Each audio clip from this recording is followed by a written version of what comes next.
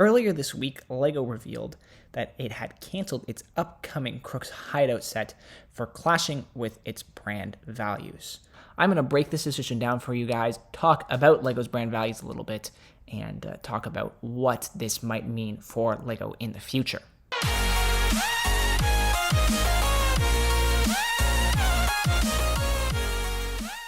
How's it going, everybody? Nathaniel from RCInsight here, and as I said in the intro, I'm going to be talking about LEGO's recent decision to cancel their upcoming Crooks Hideout set. This video is a little different from what I normally do, but it's been a type of video that I've really been wanting to make for a long time, and this opportunity presented itself perfectly. So I'm using this whole situation to do a video talking about LEGO's brand values, why they might have canceled this set, and kind of what that means for LEGO going forward, what I think that LEGO should do, and just kind of give my overall thoughts on this whole scenario. So for those of you who don't know, this 60278 set, the Crooks Hideout, it was first announced when we got the upcoming set lists, and then it was later confirmed in the back of some of the LEGO Friends books this year, where we got this image featuring the new LEGO City Road Plates layouts with a bunch of the new sets, and the Crooks Hideout was one of those sets. Now, this set never officially materialized, and no official LEGO set images were released for this. However, like I said, it did make it into the back of a few instruction books, and so it clearly was ready to hit marketing. People had been speculating for a while that it might be a March 1st release, and as that date has now well rolled past, Brick Fanatics decided to reach out to LEGO to ask them what had happened to the set, where they revealed that they had scrapped it. Now, this is not the first time that LEGO has canceled an upcoming set. Last year, a similar thing happened to their Technique Bell Boeing Osprey set, but the circumstances were a little bit different for a few reasons. First off, the Boeing Osprey actually made it to market, whereas the Crooks Hideout set has not, and it was very quickly pulled off the shelves in the select regions that it became available, following protests and outcry from the German Peace Society over the fact that this craft has links to military. And it has been a long-stated core value of LEGO that they will not touch anything military-related, which I think is totally fine and fair for them to do, and so that is why this was canceled. Now, this obviously was a rescue craft, and I think that's why it got greenlit in the first place.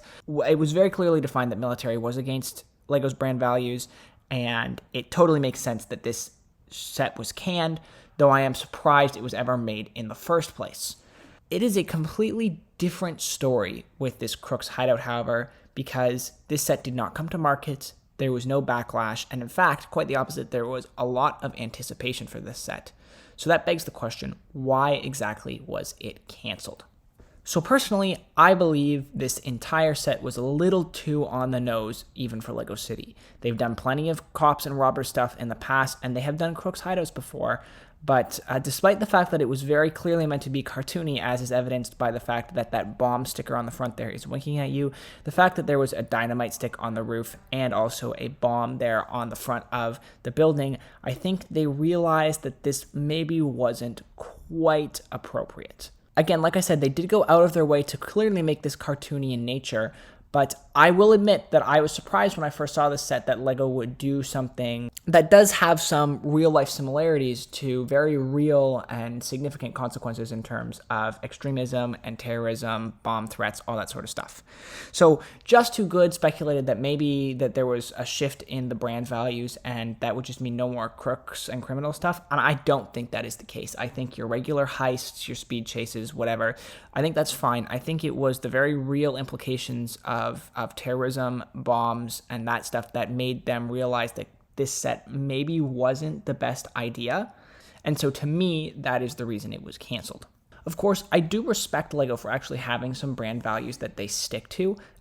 This set was clearly going to sell well, and it's not often that you find a company these days that is willing to basically self-censor because of their own self-imposed values. And so I really respect that LEGO is willing to do that and that they clearly do have something that they want to stand for as a brand and lines that they don't cross. But This is where, in my opinion, they need to clearly define that line now, and they need to offer an explanation as to why this set was canceled. And they don't need to do that because there was something wrong here. They need to do that so that fans can understand and have expectations to what is and isn't okay for LEGO going forward. And I think this is already partially outlined in their guidelines for LEGO Ideas submissions, and I think that gives you a good idea of where their brand values are. But it needs to be more clearly stated because somehow a set here managed to get fully built and integrated somewhat into the marketing process before finally being flagged as, hey guys, this doesn't work for us. And I think you have to ask how that happened. And the only way that can happen is if it wasn't clearly defined what is and isn't, online with LEGO's brand values. If it was very clearly written out, then obviously the original designer for this set wouldn't have even started with this concept because they would have right away recognized that this does not meet LEGO's brand values, so there's no point pursuing this road.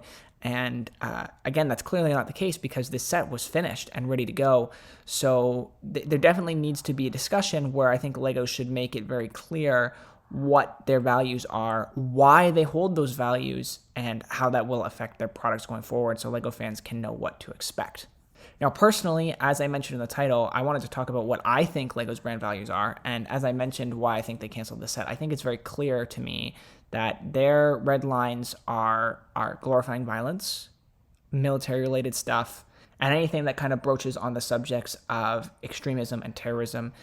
And I think this set was enough to reach that border of extremism and terrorism with it being bomb-related for them to realize that it maybe wasn't a great idea. Further influence to that could have also been protests over the last year where there's been excessive uses of petrol bombs and kind of petrol bomb making factories for protests. I don't know how much that affected the set, but I know that it affected their Elite Police set line last year in America. And so, the development of recent events could have also played a role in their decision to can this set.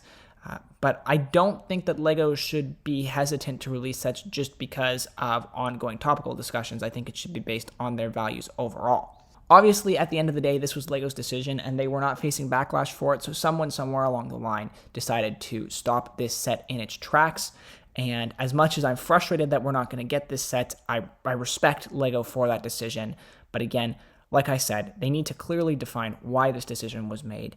And if I am in fact correct in saying that, bombs, terrorism, extremism cross their red line, which they should, I think they should. And if this set falls into that category, and they should explain why that is. And if that's not the case, then they need to offer up an alternate explanation as to why this was the set that was not okayed out of all the cops and robbers sets that they have made in the past. Why this one was the one where they finally said no. Has something changed at LEGO? Have their values shifted? Is this going to change the way that they are doing business going forward? They need to make all of that very clear to their fans if that is the case and if it is something other than what I believe really is the root behind this decision. I really hope that it's not that. I hope that we will continue to see more sets that do involve cops and robbers, petty crime, all that sort of stuff. I think is okay. There's never been guns in LEGO City, but at the end of the day, it's LEGO's decision, and they simply need to explain why that is.